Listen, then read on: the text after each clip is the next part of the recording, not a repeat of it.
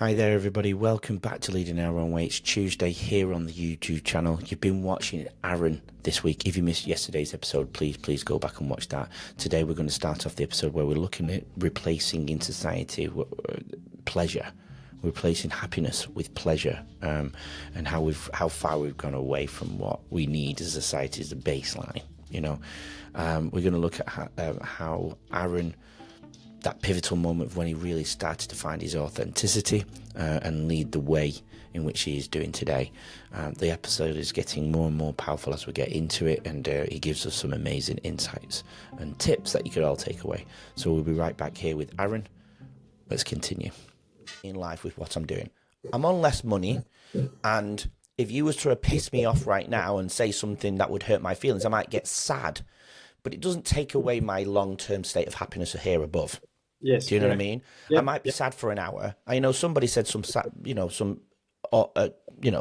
that hurt me last weekend, and I went for a little drive to think about it, but I wasn't sad later on. I went and processed what I needed to process, and I moved away from it. It didn't take away my long-term state of happiness of, satisfaction, understanding my purpose and understanding my meaning and understanding the things that I still enjoy. And then when I finish enjoying something, I'm satisfied. For me, that is happiness in a nutshell. But we've replaced happiness with pleasure with constant dopamine hits, devices, sugar. Hey, don't get me wrong, I love my sugar, I love my chocolate, but I've very much limited it out of my life. But they're the little things. Whereas if you look at our ancestors, they would build a hut would take 3-4 hours to build, and they would get the same dopamine hit we would get from just looking at our phone in a second. Yeah, correct. That's right. Yeah. Do you know what I mean? It takes time, and there's enjoyment, and there's achievement in it. There's no achievement in picking up a device and pushing a button. We get the same physiological response. Yeah, that's right. Yeah, exactly. But see, being aware of that is really important. And we do a bit of work with schools around emotional literacy, emotional intelligence, and giving them that awareness early is really key, because I see kids, that are, even my own kids are probably just looking at their device way too much, and I'm probably guilty of it as well. But I've put some boundaries around that. Sure. I wouldn't say I have rules. I have terms. I'm going to use the word terms. I like that. I'm going to work within these terms. Rules is a pretty hard word, but yes. I think that. I'm going to use that.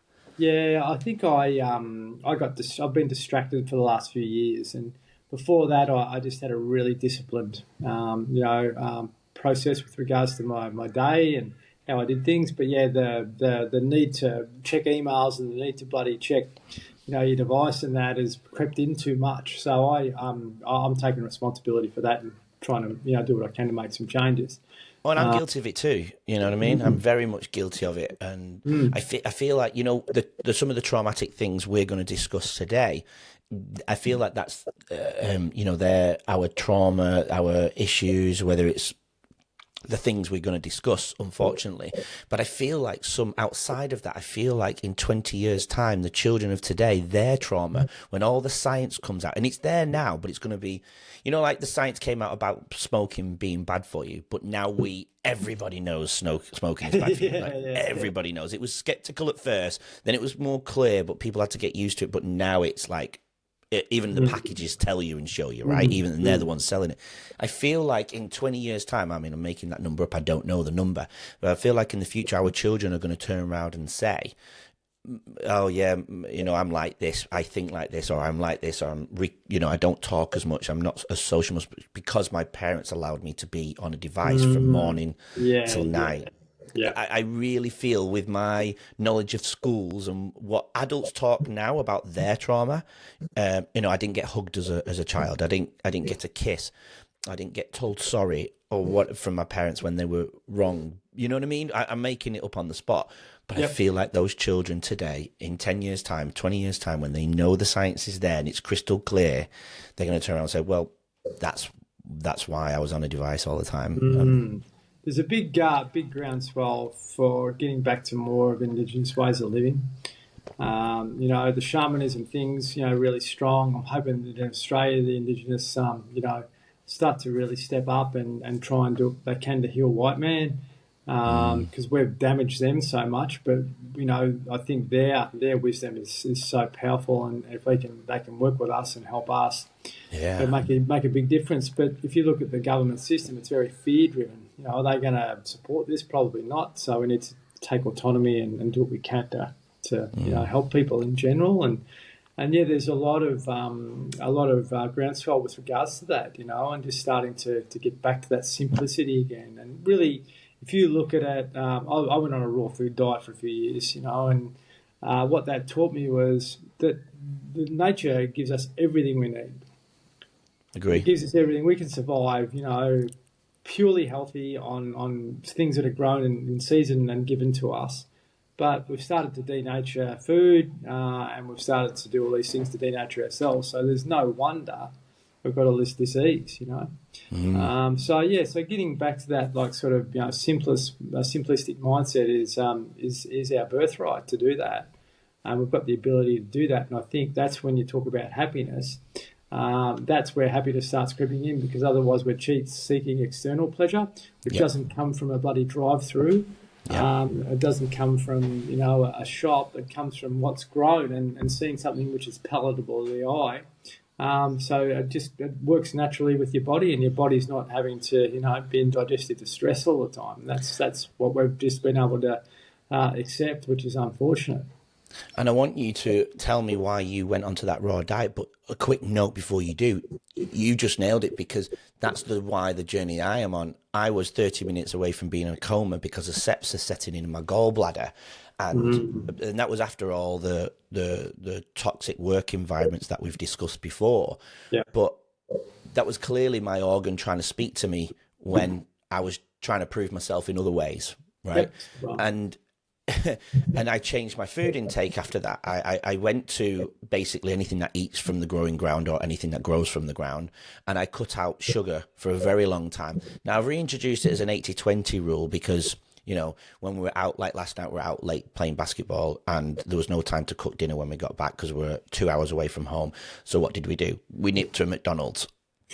I hate it. I do hate it. But it was needs from us because the children were going to destroy us on the drive home. And So, and that's where society has put us into that position, I suppose. And anyway, I do feel guilty. That's all right. Don't. But I do feel guilty, and I had it. But like right now, because of the journey I've been on with my food and the knowledge that I have around it, like I can feel the aches. It's like a hangover. And I was telling you before we went on air, my ankylosing spondylitis, it's inflammation. It flares up. My cells are speaking to me. Even sitting on this chair when we invented it 4,000 years ago, we were never meant to sit on a chair for as long. We're meant to sit on the floor and probably kneel up and keep our spines nice and straight. And which has caused breath problem, breathing problems, and so on and so on, and why people can't sleep. And it's like you say, we go back to the root, go back to the rawness that we live, and we can enjoy all this technology, but utilize it to our advantage, not to replace us. Yeah, well said. Absolutely. With you then, going back, I want to get back to the other question that's still on my mind about your authenticity. So, but you just mentioned about the raw diet. What made you go onto the raw diet then? Yeah, really interesting. I had a real transition in 2009 where I basically I went to the GP because I was completely stressed and chronic. Yeah, that's right. And it was just due to attachment with work and like my whole self-worth was attached to my job and the money and this, that, the other. And I actually was very. Wouldn't say reluctantly, but I went to the doctor and said, what do I do? And he said, you can take pills or exercise. So I was very lucky, put it that way. And this guy, mind you, was overweight, and and he's sweating. We've had doctors sweating as well. I know. Yes, this was one of those guys. But he actually said to me, go and exercise, and he was curious about it as well. It might have been something that he'd recently learned that exercise is good for you. So anyway, so I got home that night and there was a fly in the mailbox for the first 24-hour gym that was going to open in Australia. So I thought I can get in there early and then no one will see me because I would feel shame about people, seeing me exercise. Yeah. So I had that going on. So yeah, I did. I hit the gym basically every day for 2 years. So I'd drive in there, do what I needed to do, and I'd spend time working on myself, and I wrote plans out. This is what I want to do, and just week by week, month by month, I just got physically stronger, mentally stronger, all that. And then I started to go outside the gym and do athletic stuff, and started to do really well. I felt amazing, and I got curious about food. And I went to the uni to study nutrition, and like I got into it, and I sort of started to figure out that all they were doing were trying to push us down a pathway to support these industries. Yeah. I'm thinking, I don't like this. So I actually thought, what will I do? So I actually did some research, and I looked at holistic nutrition, which was really getting back to the roots of it all. Yeah. So I studied through a university in America around that, and that sort of took me on a pathway was walking towards alkalinity rather than, an acidic diet and lifestyle. And that means getting back to the simple stuff. And that's where it all sort of started. Then I started to eat fruit all the time, and then it became like an everyday thing, So I got a little bit excessive where I was drinking big banana smoothies twice a day and this, that, the other. And I went to raw food retreats overseas and just saw people that were vibrant, very vibrant, no ego, just really very, really much in flow. And that's it. In tune with themselves. Yeah, that's right. These people are doing something right, and they're young, and they're also all the way through to their 80s and thriving. Really thriving. So I'm thinking that's not a bad way to go. The only thing in modern society is it's getting access to the produce, and being committed to it. And it's very hard because when you're traveling and that, like I do, it's very hard to be able to get, the good quality produce. So I've had to transition back to a little bit of cooked food. And what I do know is cooked food, it takes 80% digestive energy, whereas, raw food takes 20. So your body deals with it a lot better. And that can come in, through fruit or vegetables, salads, this, that, the other. Your body does deal with it better. But, I've just had to find that balance again. And there's probably been a bit of turbulence in my life over the last, period, just trying to move this charity net along and being a bit disconnected. But this year I've committed to getting back to more of that diet, and also more of, some wellbeing interventions for myself externally, where I could go and do a few, retreats and so forth, and actually have that time where I don't have to think. Someone's leading me, and I can learn some new stuff. I've done a lot of yoga teacher training over the journey, and I really love that philosophy. It gives you a good framework for life. So heading more down that path again this year, and I've taught yoga for the last 7 or 8 years, and that's been wonderful to see people's lives change before my eyes.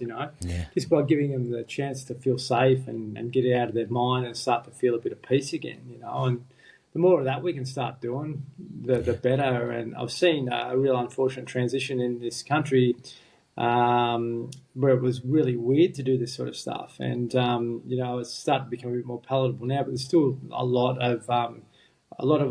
way to go. This is what I like to see GPs prescribing this sort of stuff. You need to not take this. If you're anxious, you need to go and stretch. You need to move your fascia. You need to move chi through your body.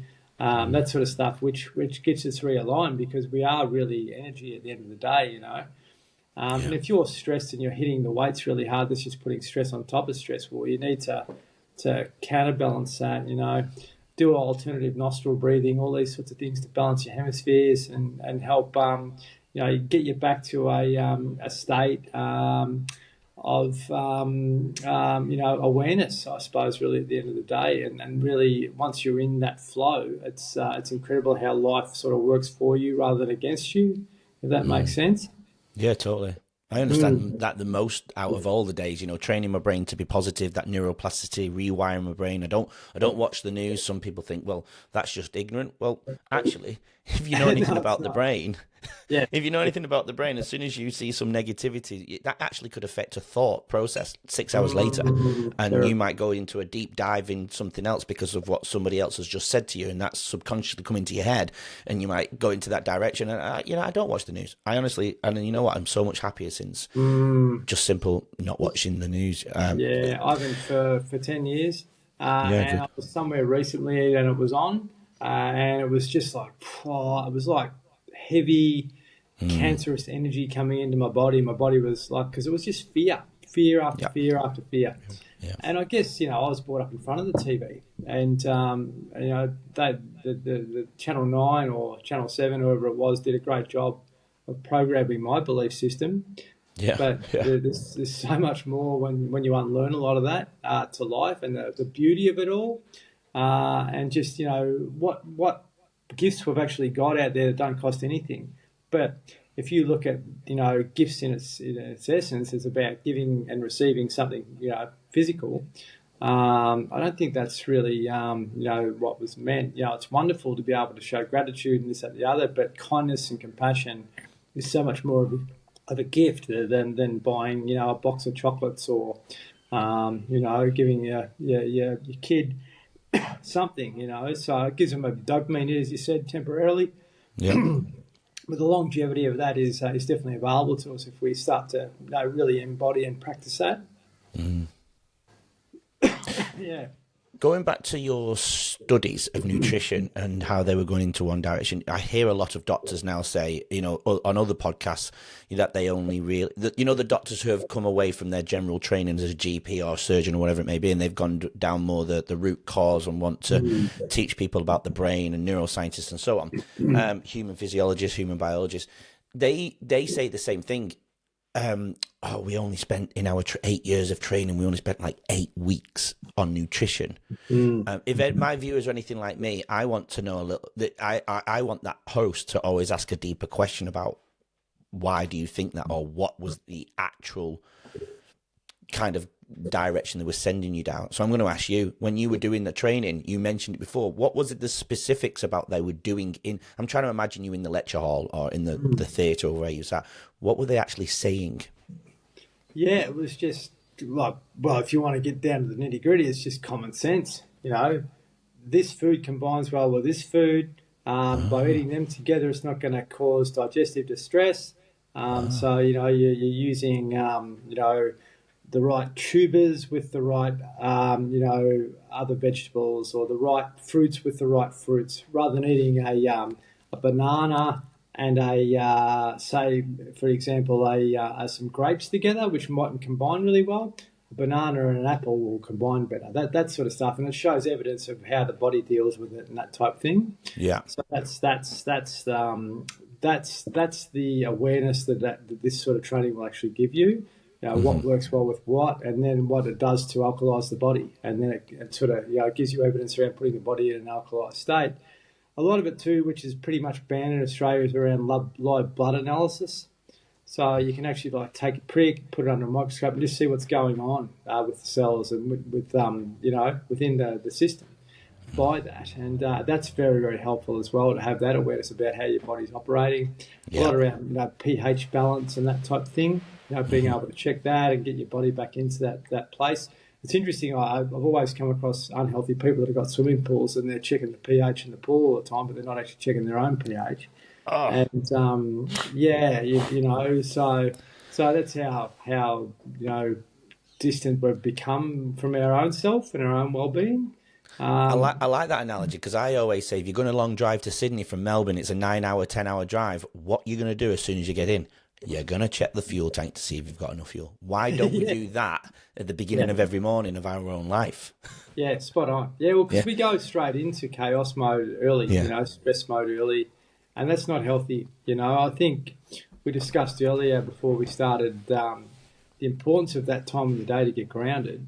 Yeah. And really, this is what the ancient traditions teach you. You get grounded before you start your day, and the rest of your day flows.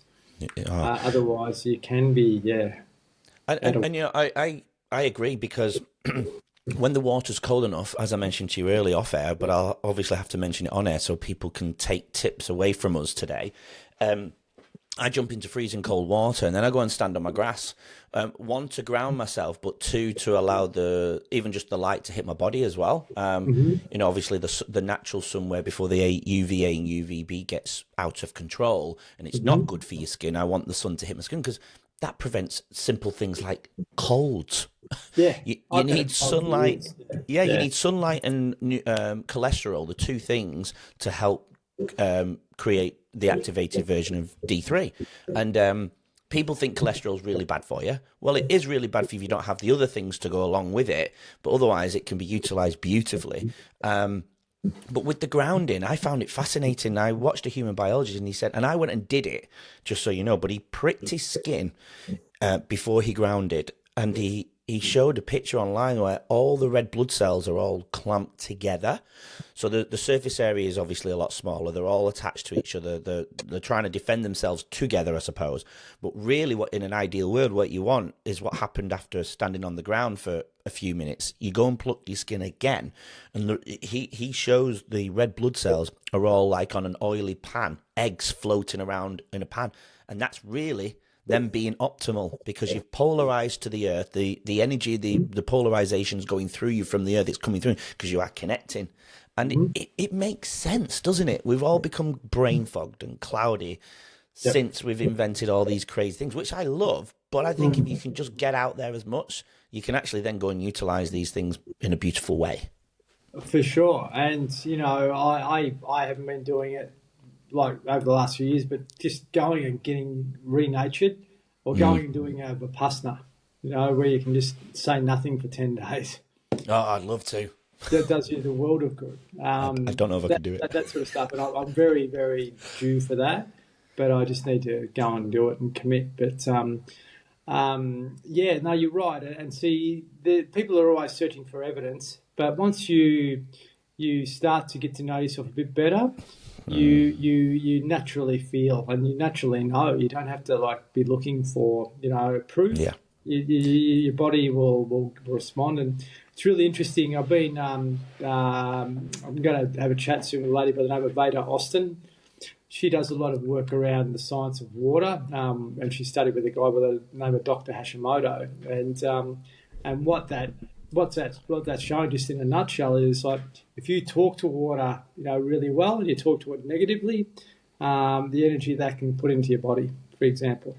And she's showed there's a lot of science coming out around it now. Like, you freeze that comes out blue, that comes out red or black.